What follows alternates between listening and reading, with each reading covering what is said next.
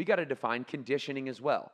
You can't, listen, let me give a metaphor. You guys know I love my metaphors, okay? Let me think of a good one. Okay, so strength and conditioning is like it's like an engine and its fuel, right? You can't, if you have just a big engine, like the strength, like the power, you got a bunch of horsepower, but you don't have the fuel, then how far are you really going to go, right? Because strength is that engine. It is the posture. It is the structure. It is the skeletal muscle. Okay, the skeletal muscle is really what we're talking about when I say neural adaptation, activating more muscle cells. I'm not talking about smooth muscle or visceral muscle or like your intestines is an example of smooth muscle. Yeah, they move and they contract.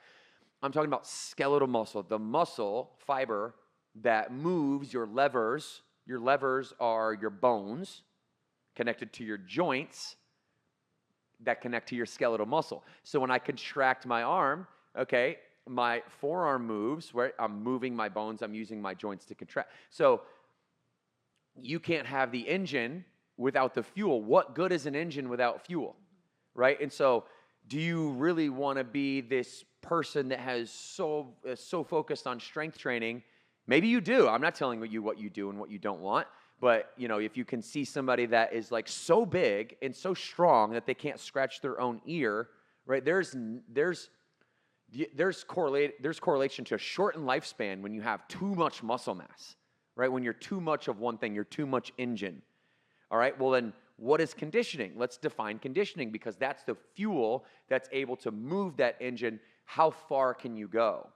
All right, so conditioning sometimes gets confused with the other C word. Do you know what C word I'm thinking of?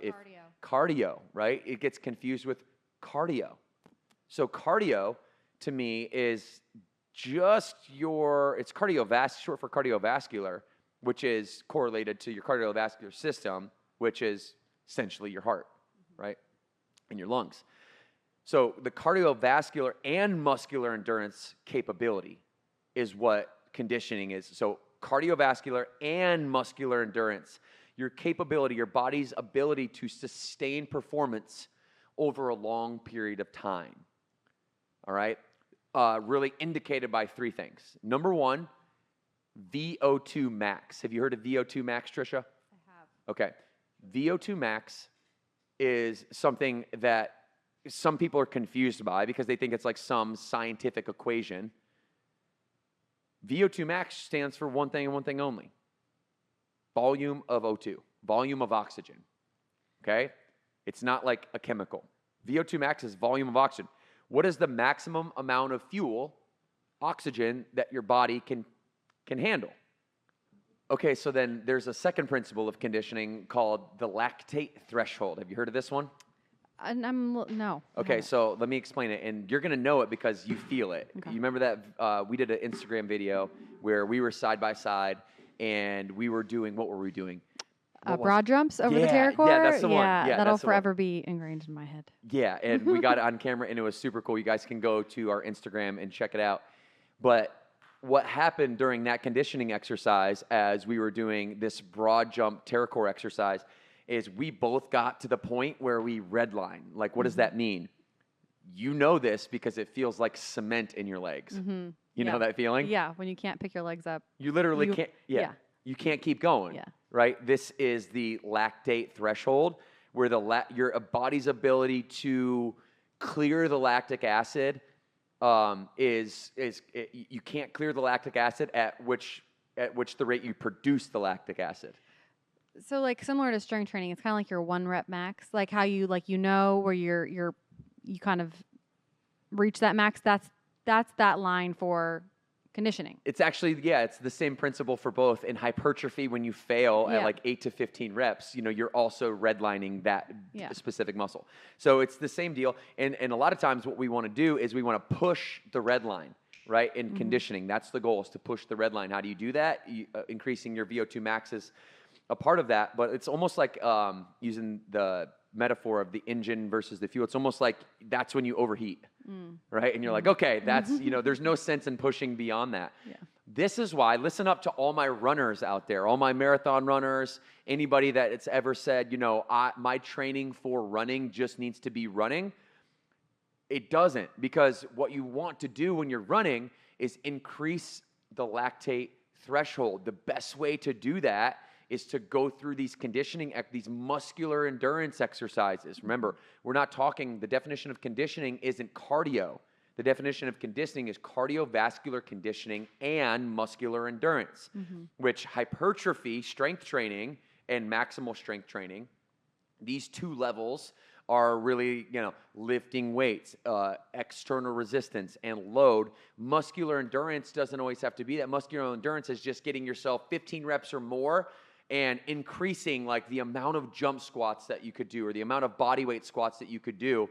And it's over 15, 20, 25, 30, 40, 50, 60 reps. This is muscular endurance. When you're not targeting maximal muscle gain or growth or what's called the anabolic state, what you're really trying to do is increase the endurance, increase the VO2 max, increase the lactate threshold. And what this ends up doing is, and this is, have you heard of mitochondria? So it's like the powerhouse energy of your cells. Yeah. And what happens is these two things start to increase the density or the ability for this powerhouse of your cell to produce energy, right? And so all three of these things are like the definition of conditioning. And what we found in science, Dr. Wendy Suzuki writes about this. You've heard me talk about I think it's called Happy Brain, Happy Life, Chelsea. So you look up that book by Dr. Wendy Suzuki and show it for everybody because I want them to see the exact cover if they want to read more into this.